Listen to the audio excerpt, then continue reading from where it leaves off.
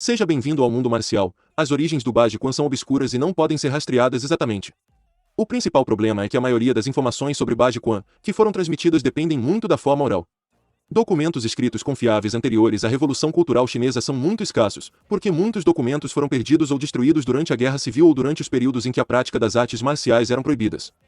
Alguns escritores veem a primeira referência escrita do Bajikwan em um tratado militar chamado Jixiao Xingshu, esse novo tratado prático sobre disciplina militar escrito durante a dinastia Ming pelo famoso general Qi Jiguan, de 1528 a 1588.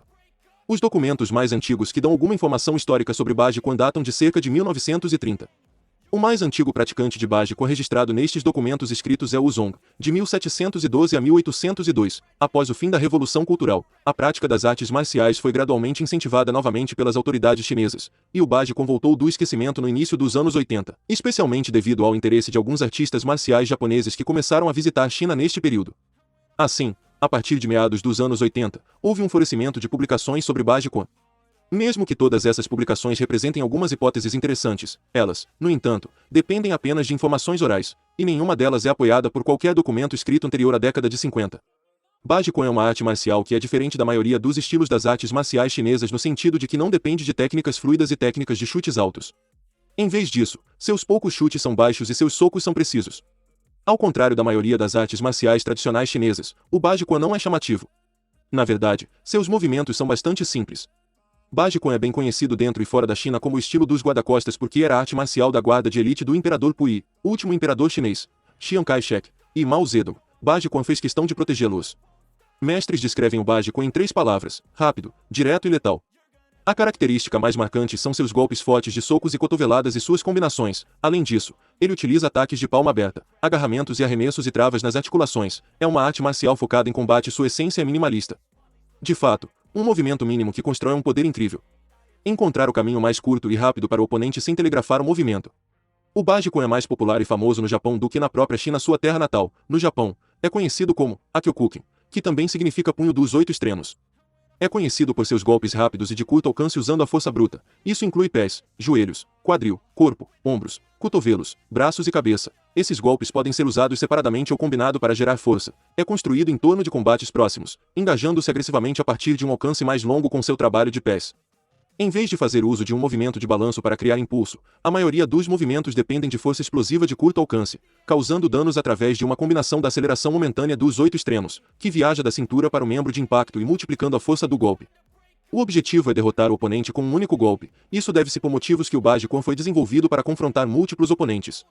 O estilo não tem chutes altos, ao invés disso seus poucos chutes são abaixo da linha de cintura. Um de seus chutes mais famosos é o chute frontal com corte reverso, conhecido como chute oblíquo.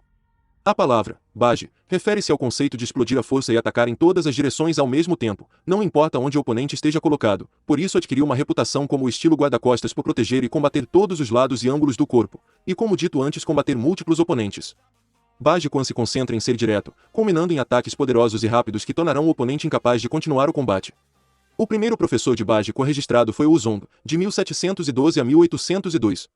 O Zong era um homem da vila de Shuanqi, condado de Qingyun, originalmente parte da cidade de Kangzhou na província de Hebei, mas agora faz parte da cidade de Dezhou na província de Shandong. O Zong era filho de uma família rica em uma aldeia chamada Mei na província de Shandong. Praticava várias artes marciais desde a infância. Com o tempo, ele se tornou um oficial dentro do governo local. Um dia, enquanto treinava em seu quintal, ele encontrou uma pessoa vestida com as vestes de um monge taoísta. Ele disse a Wu que observou o treinamento de Wu por vários dias e ficou satisfeito com o que viu. Wu teve a oportunidade de testar as habilidades do estranho e percebeu que estava na presença de um artista marcial excepcional. Ele ofereceu seu apartamento ao estranho e pediu para ser ensinado por essa pessoa aparentemente em fuga. Wu foi treinado por 10 anos, após o qual recebeu permissão para ensinar Baji. Mais tarde, Wu Zong mudou-se para a província de Hebei, na aldeia de Lotu. Lá ele ensinou a arte marcial até sua morte. Seus discípulos mais famosos foram Li Dazong e Zhang Qianmin.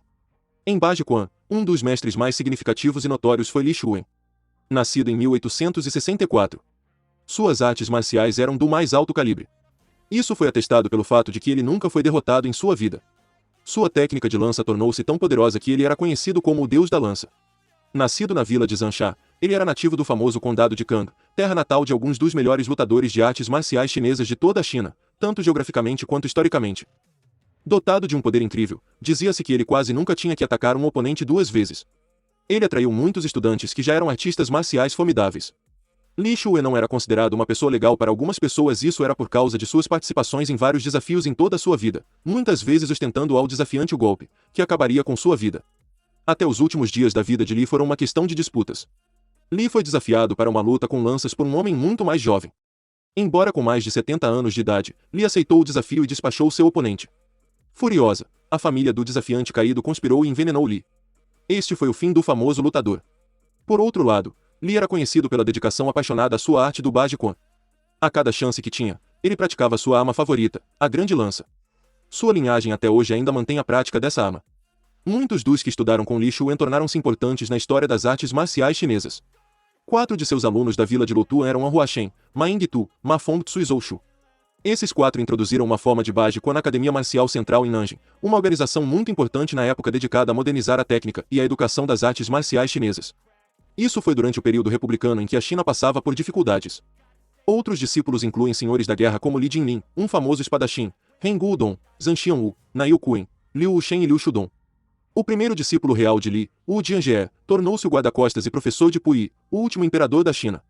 Outro de seus alunos mais famosos, Liu Yuanqiao, tornou-se o guarda-costas de Chiang Kai-shek.